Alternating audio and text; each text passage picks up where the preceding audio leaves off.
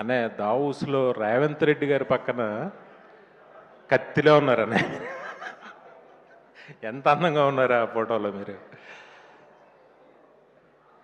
ఈ cinema credit మొత్తం అంతా మా అనిల్కే చెందుతుంది. ఎందుకంటే ఈరోజు అన్నయ్య మెగాస్టార్ చిరంజీవి గారికి కథ రాసే దమ్ము అంటే ఆయనకి సరిపడ కథ రాయడం అనేది మామూలు విషయం కాదు. అది ఒక 25 డేస్లో రాసి అందులో మళ్ళీ వెంకటేష్ గారిని పెట్టి ఎంత చూస్తుంటే సినిమా చూస్తుంటే ఆనందంతో ఉక్కిరి బిక్కిరిగా ఉంది సినిమా. నిజంగా హ్యాట్స్ ఆఫ్ అనిల్. ఇప్పుడు ఆయనకి కథ రాయడం మామూలు విషయం కాదు.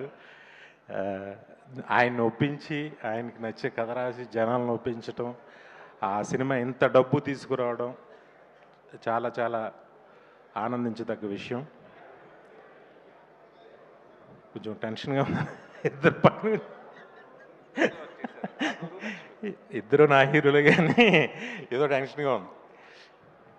నేను ఒక సంఘటన చెప్తా.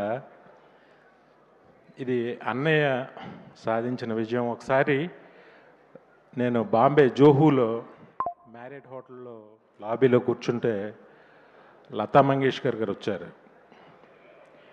అక్కడ ఉన్న లాబీలో ఉన్న వాళ్ళందరూ కూడా సైలెంట్గా లేచి నుంచుని ఆవిడకి నమస్కారం చేసి ఆవిడ వెళ్ళే వరకు అలా నుంచుని ఉన్నారు.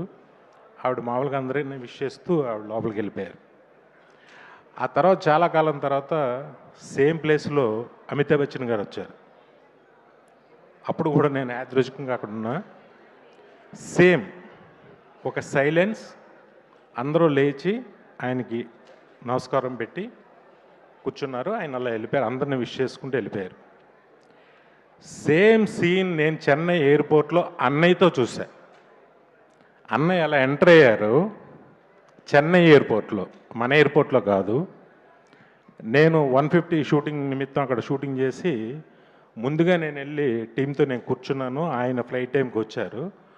మొత్తం ఎయిర్పోర్ట్లో కూర్చున్న లాంజ్లో ఉన్న వాళ్ళందరూ కూడా లేచి అన్నయ్య దగ్గరికి వచ్చి క్రేజీగా సెకండ్లు ఇవ్వడాలు, ఫోటోలు అడగడాలు ఏం చేయలే. జస్ట్ లేచి సార్ అని అలా నుంచున్నారు. నుంచున్న అన్నయ్య అందరిని విష్ చేసుకుంటూ అలా వెళ్ళిపోతే అసలు ఎంత రెస్పెక్ట్ సంపాదించారు ఒక స్టార్, ఒక హీరోగా. ఆయనని పక్క రాష్ట్రంలో నాకు ఎంత ఆనందం ఇస్తుందంటే అది మీతో ఎప్పుడు నేను పంచుకోలేదనే.